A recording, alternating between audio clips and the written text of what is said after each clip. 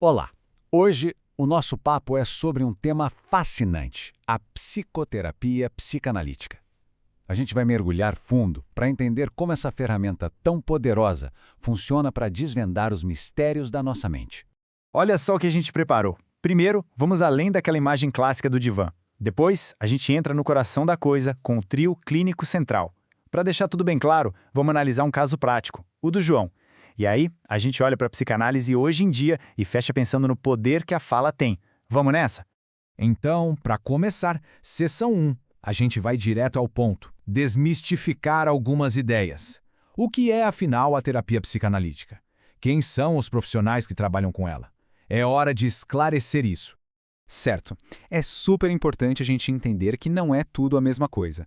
Pensa assim, de um lado a gente tem a psicanálise clássica, aquela bem intensa, sabe, com várias sessões por semana, muitas vezes com o paciente no divã, e o objetivo é uma mudança bem profunda na personalidade.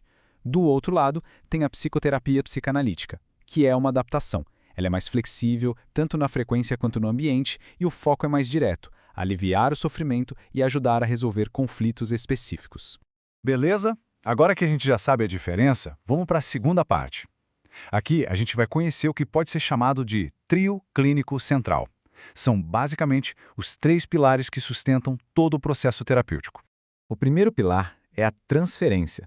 Parece um nome complicado, né? Mas a ideia é a seguinte: sabe aqueles sentimentos e padrões de relacionamento que a gente aprendeu lá na infância, tipo com os pais? Então, inconscientemente, a gente acaba transferindo tudo isso para a figura do terapeuta. É como se a sala de terapia virasse um palco onde essas antigas relações são reencenadas. E olha, essa transferência não tem uma cara só. Ela pode ser positiva quando surgem sentimentos de confiança, de cooperação, o que, claro, ajuda muito o trabalho. Mas ela também pode ser negativa.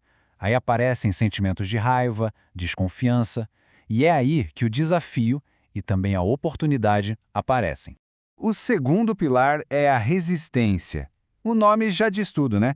É qualquer coisa que a gente faz para, resistir ao processo. Chegar atrasado, ficar em silêncio, mudar de assunto. À primeira vista parece um problemão, mas, na verdade, é uma pista de ouro. A resistência aponta exatamente para onde o trabalho mais importante precisa acontecer. E tem mais, tem uma ideia bem moderna e super interessante sobre isso, a resistência positiva. Parece um paradoxo, né? Mas pensa só, comportamentos como atrasos, silêncios ou até irritação podem, na verdade, mostrar que a pessoa está muito envolvida no processo. É um sinal de que aquilo realmente importa para ela, mesmo que seja difícil. E para fechar o nosso trio, temos o setting, ou o enquadre terapêutico. O que é isso? É a estrutura toda, horário combinado, o lugar, a regularidade das sessões, as regras do jogo, digamos assim. Tudo isso cria um ambiente seguro, previsível. É esse porto seguro que permite que os pensamentos e sentimentos mais profundos, aqueles do inconsciente, possam finalmente aparecer. Bom, falar de teoria é uma coisa, mas como tudo isso funciona na prática? Para a gente entender de verdade, nada melhor do que um caso clínico. Vamos conhecer o João. Então, esse é o João.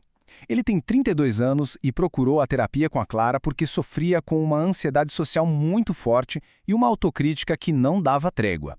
Logo de cara, a Clara percebe que ele é super organizado, mas também muito defensivo. Ele usa a lógica, a racionalização como um escudo para não ter que encarar sentimentos mais difíceis. E aí, acontece um momento chave na terapia. A Clara, a terapeuta, simplesmente fica em silêncio. E essa atitude tão simples provoca uma reação super intensa no João. Ele vira e diz de forma abrupta: "Eu me sinto testado e deixado de lado." Aquela reação não era sobre o silêncio da Clara. Com o tempo, o próprio João percebe. Ele conecta aquele sentimento de ser deixado de lado com algo lá da adolescência, com a irmã mais velha dele, que se afastava emocionalmente e o deixava inseguro.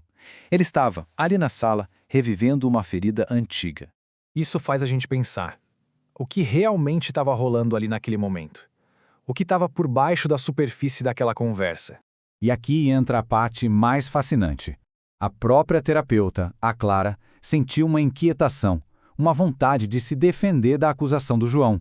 E isso tem nome: contratransferência.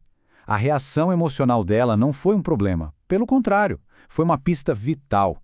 O que ela sentiu deu a ela um acesso direto ao mundo interno do João, ao que ele estava sentindo sem conseguir nomear.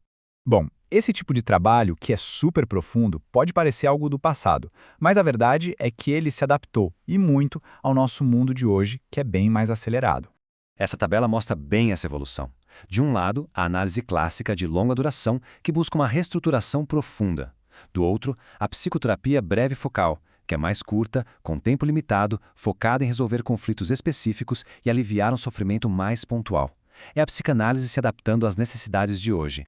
Então, a prática moderna é uma integração de várias coisas. Ela começa com uma avaliação cuidadosa, foca muito no manejo dessa relação terapêutica que a gente falou, usa técnicas específicas de intervenção e, claro, mantém essa escuta única, que entende os sintomas não como um problema em si, mas como uma mensagem do inconsciente.